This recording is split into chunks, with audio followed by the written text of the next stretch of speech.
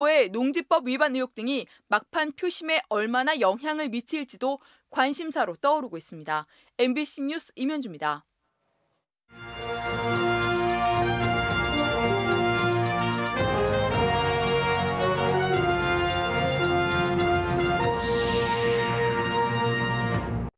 사전투표 첫날 여야 지도부가 충북을 찾았습니다.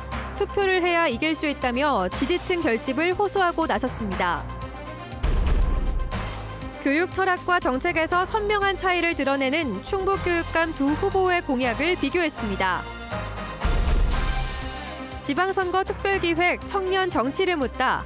여전히 미약한 청년 정치의 현실을 왜 개선해야 하고 어떻게 발전시킬 수 있는지 짚어봅니다. 시청자 여러분 안녕하십니까? 계속해서 충북 소식입니다. 지방선거 사전투표 첫날인 오늘도 여야 지도부의 충북 지원이 잇따랐습니다. 일찌감치 투표를 마친 후보들도 꼭 투표장에 가달라고 유권자들에게 호소했습니다. 김대웅 기자입니다. 더불어민주당 노영민 도지사 후보는 충북도청에 마련된 사전투표소에서 부인과 함께 투표했습니다. 충북의 자존심을 지킬 기업유치 전문가라면서 지지층에게는 투표장에 나오면 이길 수 있다고 강조했습니다. 충청북도를 지켜왔고 또 앞으로도 충청북도의 자존심을 지킬 사람입니다. 투표하면 이긴다라는 것을 호소하고 있습니다. 국민의힘 김영환 도지사 후보는 청주 용암일동 주민센터에서 사전투표를 했습니다. 12년 만에 지방권력 교체를 강조하면서 여론조사 결과에 방심하지 말고 끝까지 투표장에 나서줄 것을 당부했습니다. 자만하거나 느슨해지면 투표 결과가 바뀔 수 있다 이렇게 생각하기 때문에 바짝 긴장하고 지지자들께서 투표장에 가주시기를 간곡히 부탁드립니다. 중앙당의 지원 유세 경쟁도 치열했습니다. 지방선거는 상대적으로 투표율이 낮은 만큼 여야 모두 지지층 결집에 사활을 걸고 있습니다. 더불어민주당 윤호중 비대위원장은 충북도청 사전투표소에서 투표한 뒤 청주 육거리 시장에서 지원 유세를 벌였습니다. 윤석열 대통령 취임 초부터 인사와 외교, 안보와 민생이 모두 무너지고 있다면서 정부 견제를 위한 투표를 강조했습니다. 충북 도민 여러분이 윤석열 대통령 정신 바짝 차리라고 회초리 들고 한번 후려쳐야 된다 이렇게 말씀드리는데, 국민의힘 이준석 당대표는 경남 사천에서 강원도까지 하루 7곳을 도는 강행군을 펼치며 제천을 들렀습니다. 윤석열 대통령과 함께 일할 수 있도록 압도적인 표로 여당의 힘 있는 단체장을 만들어달라고 호소했습니다. 우리 윤석열 정부와 국민의힘은 충청북도 발전을 위해서 많은 투자를 하겠다 이렇게 약속드립니다. 여러분 도와주시겠습니까? 일단 충북의 첫날 사전투표율은 4년 전 지방선거에 비해 다소 높았습니다. 내일도 오전 6시부터 오후 6시까지 신분증만 있으면 전국 어디서나 투표할 수 있습니다. 코로나19 확진자는 일반 유권자들이 퇴장한 뒤 오후 6시 반부터 오후 8시까지 일반 유권자와 동일한 방법으로 투표하게 됩니다. MBC 뉴스 김대웅입니다. 충주시장 선거전에서 충원탑 음주가무를 둘러싼 공방이 이어지고 있습니다. 더불어민주당 충주지역위원회는 국민의힘 조기령 후보가 호국 보훈의 달인 6월 달에 판금대 충원탑 인근에서 지지자들과 음주가무를 즐겼다며 행락 행위를 지도해야 할 충주시장이 책임을 져버렸다고 주장했습니다. 이에 대해 조기령 후보는 지난 2017년 충원탑과 300m 이상 떨어진 외진 곳에서 열린 순수한 지지 모임을 선거를 앞두고 왜곡하는 비열한 정치 공세라고 비판했습니다. 또 당시 영상이 불특정 다수에게 문자로 배포된 데 대해 선관위와 경찰에 수사를 의뢰하겠다고 밝혔습니다. 마을 이장들에게 금품을 돌린 혐의로 고발된 국민의힘 정영철 영동군수 후보의 친인척에 대해 검찰이 압수수색을 벌였습니다. 청주지검 영동지청은 정영철 후보 친인척의 자택 등을 압수수색한 데 이어 금품을 받은 이장 등을 조만간 불러 참고인 조사를 할 것으로 알려졌습니다. 정 후보의 친인척은 이달 초 경로잔치가 열린 용산면 마을 3곳에서 후보자와의 관계를 밝히고 이장 3명에게 10만 원씩 준 혐의를 받고 있습니다. 앞서 정 후보는 민주당 윤석진 후보가 금권 선거 돈봉투, 돈사 악취 민원 유발자 등의 문구가 포함된 문자를 유권자들에게 발송해 자신을 금권 선거 주범으로 오인하게 했다며 윤 후보를 검찰에 고발했습니다. 지방선거 주자들의 공약 알아보는 시간, 마지막 순서로 충북교육감 후보들을 만나보겠습니다. 심충만 기자입니다.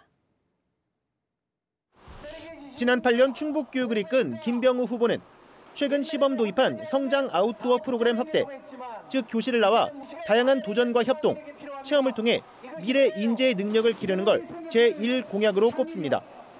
아이는 마을 전체가 키운다는 개념의 지역 상생학교, 마을 공동체 프로그램도 강화하고 미래교육지원센터 건립이나 AI, 소프트웨어 교육 확대 등 새롭고 다양한 교육 기회를 통해 한 방향이 아닌 여러 방향에서 수많은 1등이 나오게 하겠다는 구상입니다. 요 미래형 학력은 이제 협동력, 소통력, 또 창의력, 비판력, 그래서 그런 것들을 기르겠다. 그런 것을 기르기 위해서 이제 교실을 확장해야 됩니다. 청주교대 총장을 지낸 맞상대 윤건영 후보는 공교육의 기본인 학력 신장을 최대 공약으로 내세웁니다. 충북의 학력 저하라는 현실적 문제를 제기하며 최소한 현재 학력을 진단할 시험 부활을 예고했습니다. 이를 바탕으로 주로 과학 분야 창의 융합 교육인 충북형 노벨 프로젝트를 실행해 20년 뒤 충북에서 노벨상 수상자를 배출하는 등 충북 교육을 한 단계 끌어올리겠다는 구상입니다. AI 교육 체험 지원센터 구축과 학생 1인 1코딩 로봇 지급 등이 세부 공약입니다. 정확하게 진단하고 그 상태에서 다양한 학습 방법, 다양한 채용을 통해서 공교육이 학생들이 원하는 꿈과 길을 키울 수 있는 교육 환경을 구성하는 게 가장 중요하다고 생각합니다. 김병우 후보도 기초 학력 강화를, 윤건영 후보도 시대에 걸맞는 인재 양성을 위해 교실을 떠난 다양한 교육 프로그램을 강화하는 등 미래 교육 방향이 크게 다른 건 아닙니다. 기초 체력이 필요하고 또 그걸 바탕으로 기량도 익혀야 되고 이제 전략 전술도 익혀야 세계 무대에 경쟁할 수 있지 않습니까? 그래서 글로벌 리더를 키우기 위해서는 기초 학력을 바탕으로 지역사회 모든 단체나 구성원들이 합집 협력해서 학생들을 위한 거버넌스를 구축하는, 다시 말하면 지금의 체제에서 나타나는 문제점을 해결하고 더 나은 방향으로. 후보들의 자세한 공약 내용은 중앙선관위 홈페이지나 선거 공보물 등을 통해 확인할 수 있습니다. MBC 뉴스 심충만입니다.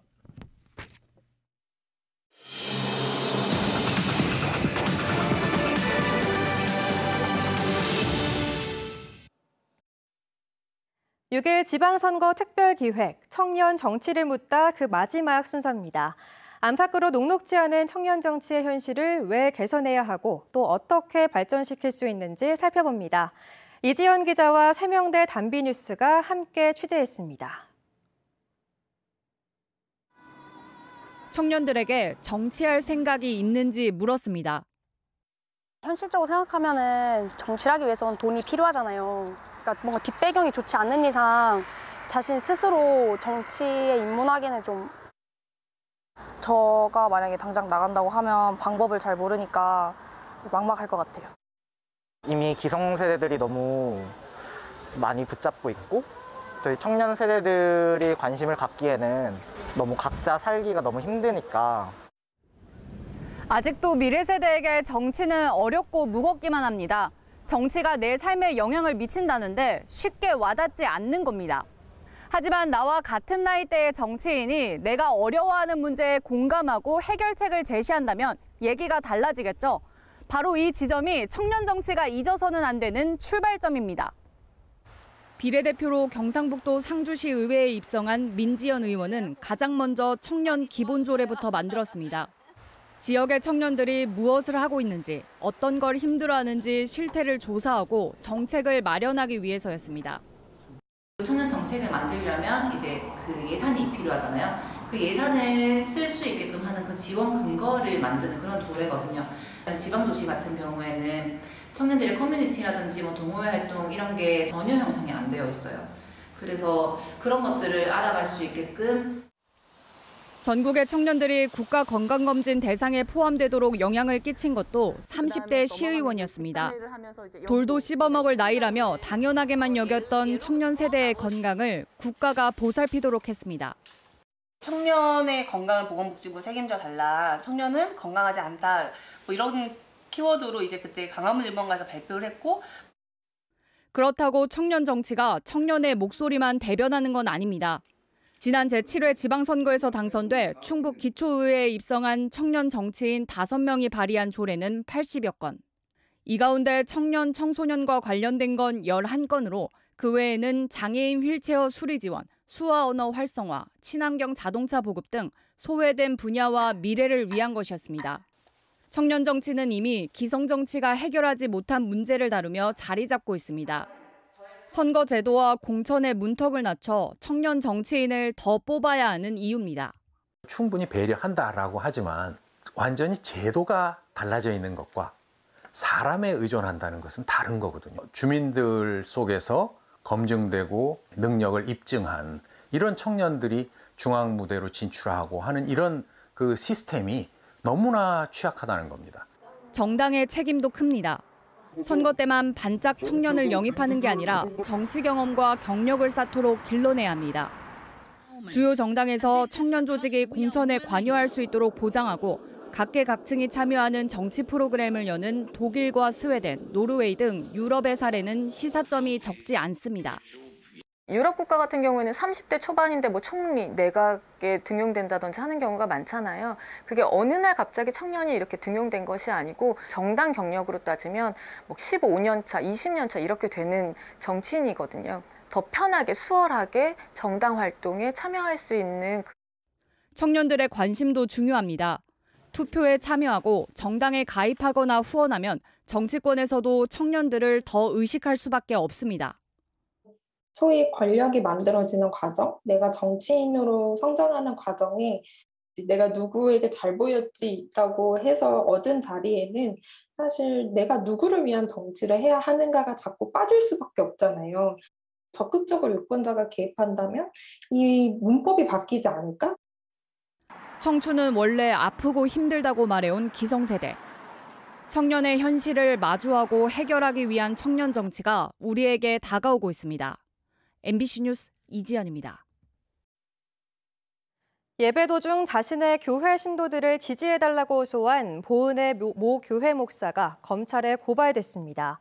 충북 선관위는 해당 목사가 지난 22일 예배에 참석한 기초의원 후보 2명을 단상으로 불러 다른 신도들에게 소개하고 기호를 언급하며 지지를 호소해 공직선거법 위반 혐의를 받는다고 밝혔습니다. 공직선거법은 종교단체 등 조직 내에서 지위나 영향력을 이용해 조직 구성원에게 선거운동하는 행위를 금지하고 있습니다. 충북 북부 지역의 수건 사업인 충북대병원 충주분원 건립에 청신호가 켜졌습니다.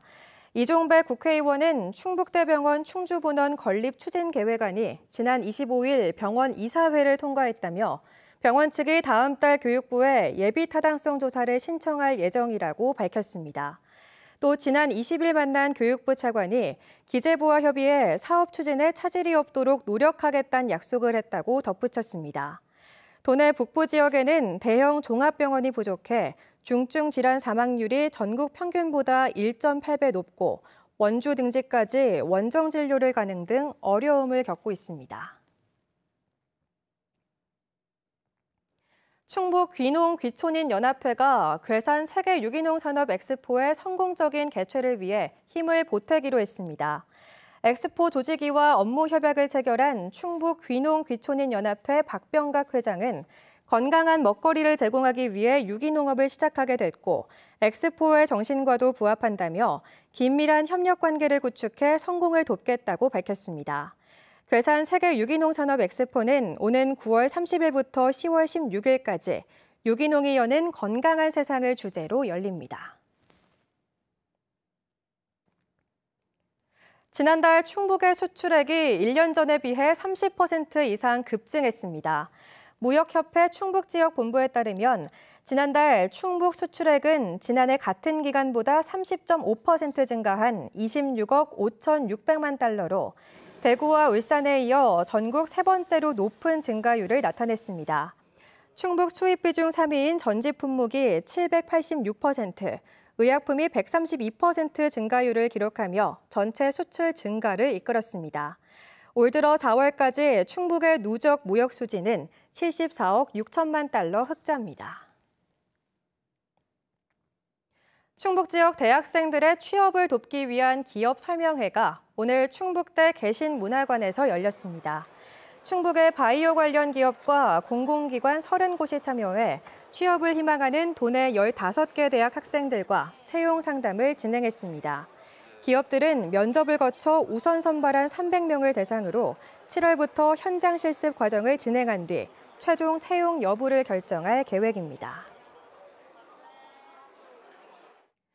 대한불교 천태종 총본산인 단양 구인사에서 상월 원각 대조사 열반 48주기 추모 법회가 봉행됐습니다. 천태종 총무원장 무원스님은 추모사에서 대조사의 원력을 받들어 인류의 행복을 위해 대승의 교설을 바르게 배우고 실천하자고 설파했습니다.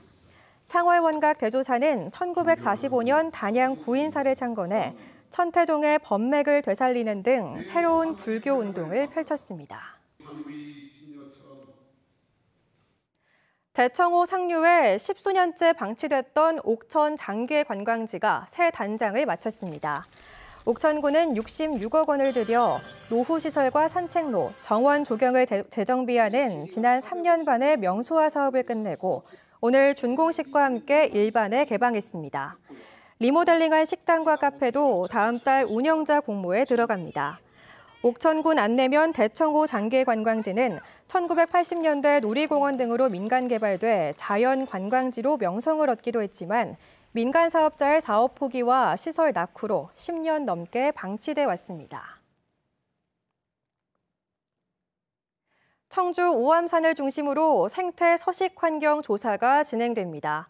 청주시는 연말까지 율량동 우암산 자락 21만 제곱미터에 국비 등 70억 원을 투입하는 도시 생태축 복원 사업을 벌이기로 하고 착공에 앞서 오는 9월까지 천연기념물이나 멸종위기종 서식 여부를 정밀 조사하기로 했습니다.